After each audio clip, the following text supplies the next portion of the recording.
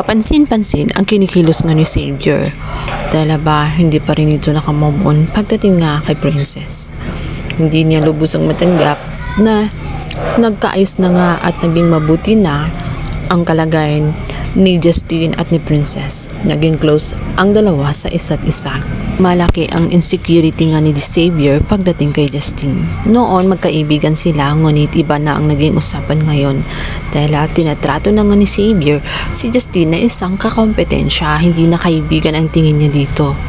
Agad namang sinabi nga nito ang si Justine kung anumang bagay na dumaan sa kanya ay hindi ito makakasigurado na magiging sa kanya. Tanging ang destiny pa rin ang magsasabi kung ano ang nararapat sa kanya at hindi ito dapat ipili. Pagkasuntukan na nga ang dalawa, hindi kasi matanggap talaga ni Xavier ang katotohanan yun. Nantuluyan na nga naging close ang dalawa. Nantuluyan na nga nakamove on itong si Princess. Sinaman agad itong si Libby. Kaya naman naiirita na siya sa kinikilos nga nitong si Xavier. Agad niyang kinompronta kung bakit ganyan ang kanyang kinikilos. Halata na hanggang ngayon ba ay may pagtingin at may pagnanais pa rin siya kay Princess at hindi pa rin siya nakamove on. At sa galit nga nitong si Xavier ay nasabi niya ang katotohanan. Kaya naman hindi nga maiwasan ni Libby na magdamdam pagdating kay Xavier. Siya nga ang jowa, subalit sa iba naman siya nakatingin, wala sa kanyang atensyon.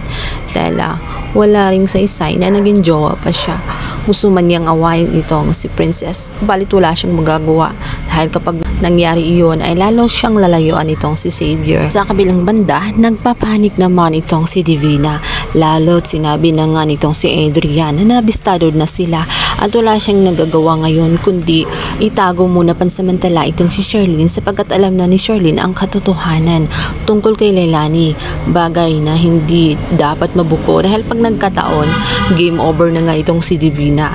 Gustong gawin nitong si Adrian, nagpansamantalahin ang pagkakataong wala si Sherlyn at gawin ang lahat ng kanyang makakaya nang sa ganun tuluyang mapauon niya itong si Raymond at tuluyan silang magsama habang buhay.